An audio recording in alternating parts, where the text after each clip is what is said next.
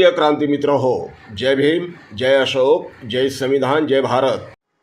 30 जून 2026 मुंबईच्या इतिहासामध्ये नोंदला गेलेला एक ऐतिहासिक दिवस। ह्या दिवशी मुंबईमध्ये एक महान इतिहास घडला।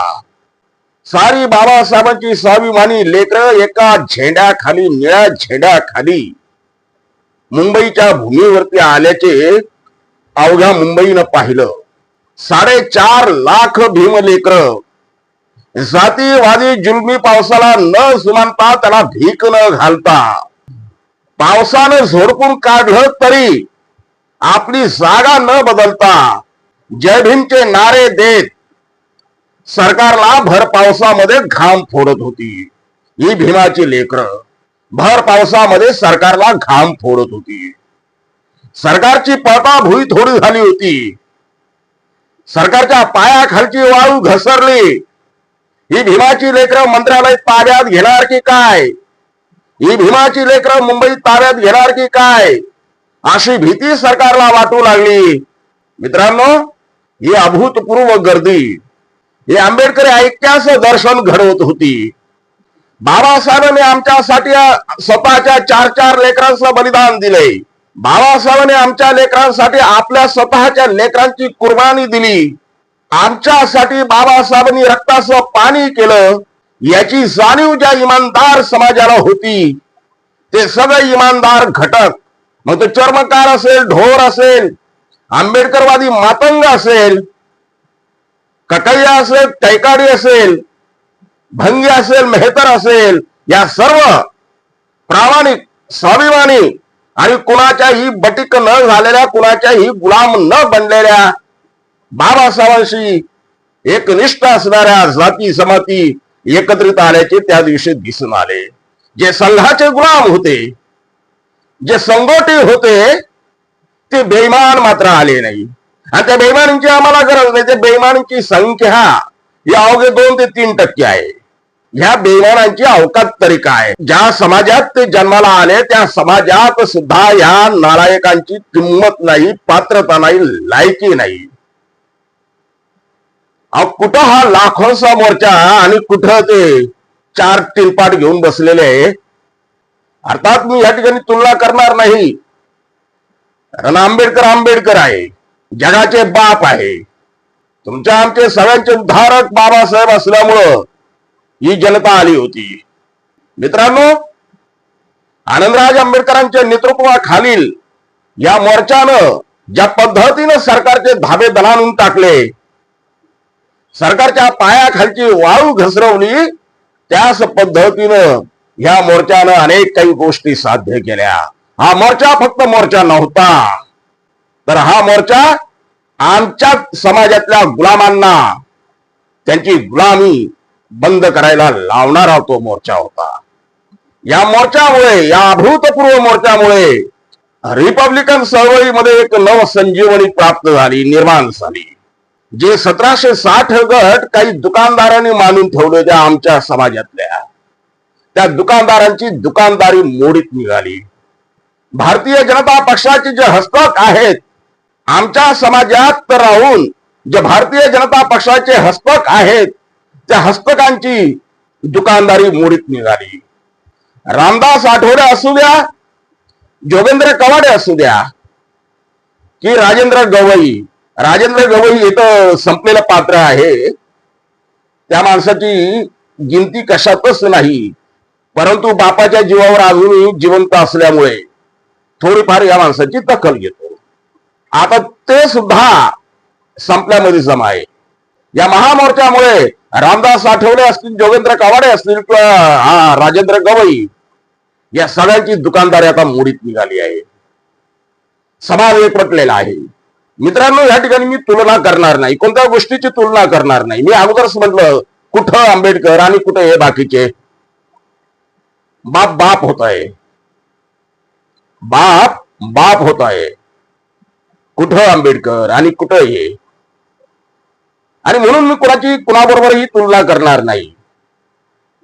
परंतु आपल्या निदर्शनाला एक गोष्ट आणून देतो की काही दिवसांपूर्वी, काही महिन्यांपूर्वी, म्हणजे मी काही वर्षांपूर्वीची गोष्ट करत नाही, मी अवघ्या 2 ते 3 महिन्यापूर्वीची गोष्ट करतो.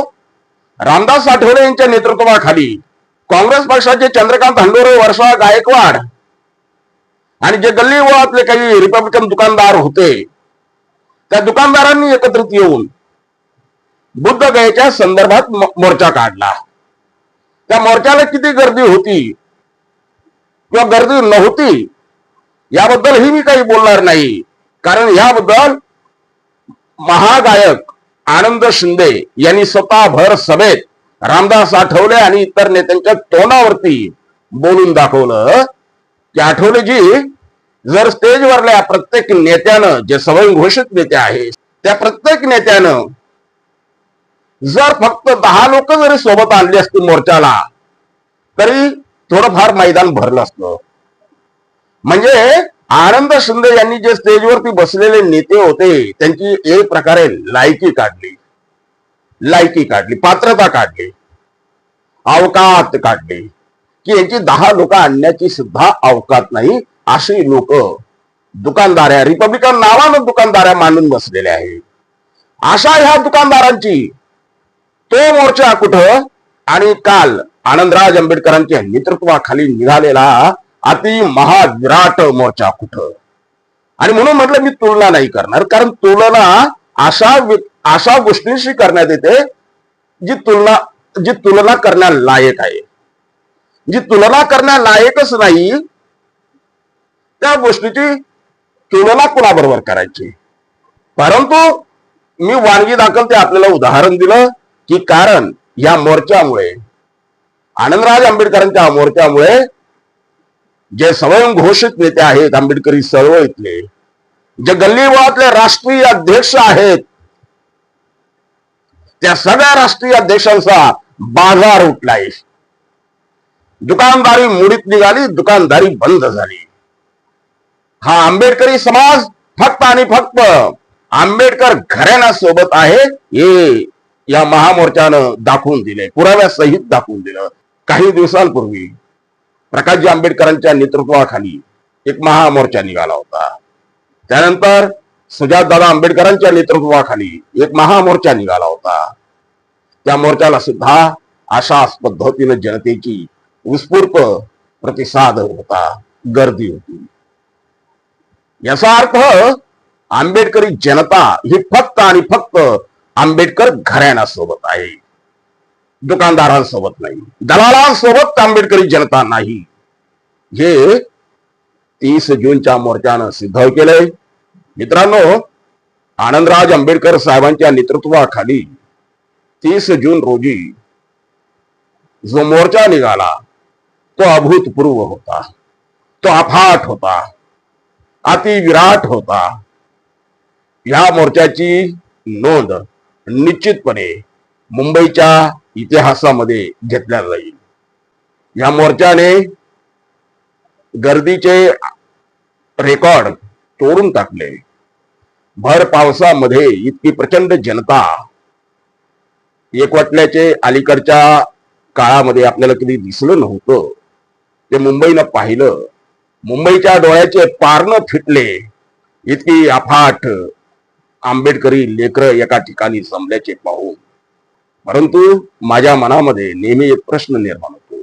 या महामोर्चामुळे भले सरकार घाबरले, सरकार बॅकफूटवर आले, परंतु निवडणुकीच्या काळात ही गर्दी जाते कुठं? आमची ही गर्दी जाते कुठं? चिंतन करण्याची वेळ आहे, मंथन करण्याची वेळ आहे. आनंदराज आंबेडकर साहेबांच्या मोर्चाला लाखोची गर्दी, प्रकाशजी आंबेडकरांच्या मोर्चाला लाखोंची गर्दी, सुजातदादा आंबेडकरांच्या मोर्चाला लाखोंची गर्दी. आंबेडकर घराण्यानं आदेश दिला तर लाखो जनता पुन्हा तानाची पर्वा न करता जिथं बोलतील मैदानामध्ये उतरते. परंतु पुन्हा तोच प्रश्न, निवडणूक काळामध्ये ही जनता जाते कुठे? नाही म्हणायला प्रकाशजी आंबेडकरांना याच जनतेनं सुमारे 46 लाख मतदान केलं होतं. अर्धा कोटी मतदान पडलेलं होतं. त्या अर्धा कोटी मतदान आता वाढायला पाहिजे, ते का कमी व्हायला लागलं? कारण काय? कारण अनेक असू शकतात, परंतु त्या कारणांवरती मात देऊन आपण आता एक निष्ठ राहिलं पाहिजे, एक संघ राहिलं पाहिजे. आंबेडकर घरानं ज्या वेळेला आदेश देईल त्या आदेशाची पूर्तता आपण केलीच पाहिजे.